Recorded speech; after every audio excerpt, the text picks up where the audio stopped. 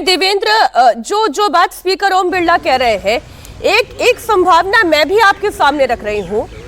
फर्ज कीजिए प्रधानमंत्री नरेंद्र मोदी वहां उस चेयर पर मौजूद होते, कांग्रेस की महिला सांसद उनका घेराव करती, इधर से सत्ता पक्ष के सांसद अगर रक्षा करने के लिए आगे बढ़ते, तो कितना अमर्यादित, अशोभनीय ये तस्वीर हो सकती थी। स्पीकर एग्जैक्टली उसी बात को कह रहे हैं कि अगर प्रधानमंत्री नरेंद्र मोदी से उन्होंने आग्रह किया कि वो सदन में ना आए, तो उसके पीछे वजह यही थी कि उनको ये इन्फॉर्मेशन मिला हो। इन्फॉर्मेशन मिलने की वजह आप समझ सकते हैं कि अपोजिशन खेमे से ही इस बात की जानकारी दी गई कि जो महिला सांसद आई हैं यहाँ पे, ये आज प्रधानमंत्री के सामने जाकर कुछ ऐसा करने की कोशिश करेंगी कि धक्का मुक्की जैसी स्थिति हो। और जब अपोजिशन के सांसद अगर प्रधानमंत्री का घेराव करेंगे या उस तरह की चीज़ें करेंगे, तो समझा जा सकता है कि फिर सत्ताधारी दल के जो सांसद हैं वो चुप नहीं बैठते और एक अप्रिय स्थिति होती।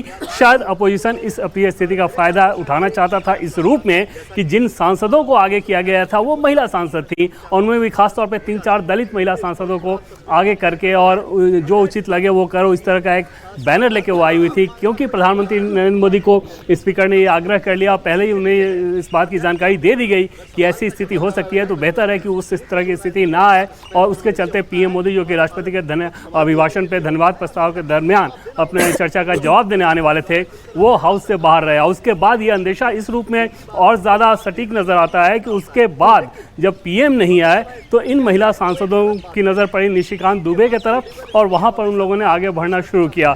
उसके बाद अश्विनी वैष्णव, जो कि केंद्रीय मंत्री हैं, उन्होंने ये ऐसा कहा कि इस तरह से करना ठीक नहीं है, कि क्या कर रही हैं आप लोग। फिर भी वो लोग आगे बढ़ती रही। अनुराग ठाकुर, जो कि बीजेपी के सांसद हैं, उन्होंने निशिकांत दुबे से कहा कि ये लोग किसी अलग मूड में नजर आ रहे हैं, आप हाउस छोड़ के बाहर चले जाओ। निशिकांत दुबे ने कहा कि ऐसा कैसे, मैं कैसे बाहर चला जाऊं। तब फिर अनुराग ठाकुर ने उन्हें समझाया कि इनका जो तेवर नज़र आ रहा है वो कुछ चाह रही हैं कि ये कुछ गलत हो, कुछ ख़राब हो। फिर निशिकांत दुबे ने बाकायदा ये भी कहा कि मेरी जो पुस्तकें वगैरह हैं वो कहाँ। तो अनुराग ठाकुर ने बोला कि वो हम लोग लेके आ जाएंगे, लेकिन आप जाइए। और उसके बाद केंद्रीय मंत्री जो कि संसदीय कार्य राज्य मंत्री भी हैं, अर्जुन मेघवाल, वो बीच में आए और उन्होंने समझाया कि अब जब सदन की कार्रवाई स्थगित हो गई है, फिर इस तरह की धक्का मुक्की का, नारेबाजी का और बैनर लेके आगे बढ़ने का क्या मतलब। तो समझा जा सकता है कि एक पूरा प्लॉट एक तरह से तैयार किया गया था कि एक अगली तस्वीर नजर आए। और अगर प्रधानमंत्री नरेंद्र मोदी के इर्द गिर्द ये सांसद पहुंचती, तो जाहिर तौर पर उस समय जो सत्ताधारी दल के सांसद हैं, क्या वो केंद्रीय मंत्री हों या सांसद हैं, फिर उसमें पुरुष और महिला का भेद नहीं रह जाता, और वहां पर कुछ धक्का मुक्की रोकने जैसी स्थिति होती, और वहां पर स्थिति बहुत विस्फोटक या खराब हो सकती थी। और उसके आगे की स्क्रिप्ट भी मैं आपको बता देती हूँ, जो सोशल मीडिया पर थोड़ी थोड़ी आने लगी है। फिर आप ये कहते हैं कि सरकार महिला विरोधी है, फिर आप ये कहते हैं कि फलाना सांसद महिला विरोधी है, वो दलित विरोधी है, ये दमनकारी है। यही विपक्षी सांसदों की स्क्रिप्ट होती।